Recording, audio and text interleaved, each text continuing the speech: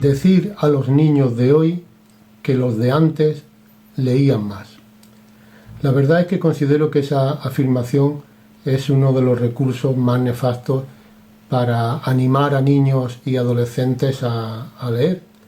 Pensar que cualquier tiempo pasado fue mejor es un tópico tan viejo como la humanidad, aunque es verdad que cada generación lo renueva. Pero sorprende que esa afirmación que hizo hace ya más de medio siglo Gianni Rodari, con un gran sentido del humor, pues sorprende, como digo, que siga vigente, lo cual es más sorprendente, sobre todo si tenemos en cuenta lo que la experiencia y las encuestas afirman. No es del todo cierto que los niños de antes leyeran más que los de hoy. Todas las comparaciones son en general, pues animan poco, diríamos más bien que desaniman. Pero en el caso de la lectura es que, como digo, no es del todo cierto. Sobre todo porque resulta muy difícil establecer la frontera de ese antes. ¿Cuándo es ese antes? Hace 25 años, cuando Internet estaba, como quien dice, en pañales.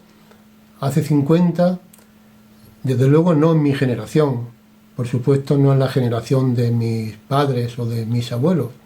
Es decir, que temo que esa nostalgia por un paraíso perdido es realmente muy poco útil. Yo diría que es bastante nefasta, como dije al principio. A mi juicio, lo importante ahora, antes y ahora, es seguir animando a leer. Pero no tanto porque ahora se lea menos que antes, cosa que, como digo, no es cierta, sino porque sigue siendo importante leer en un tiempo convulso, tan atravesado de patrañas, de mentiras programadas, de bulos, de tensión, de animadversión en las redes sociales.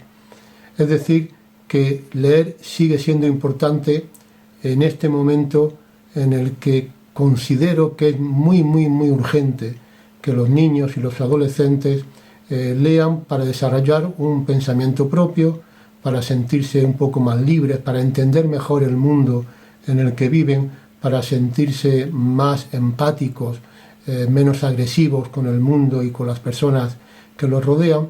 Es decir, que hay razones en este momento tan importantes como antes para leer.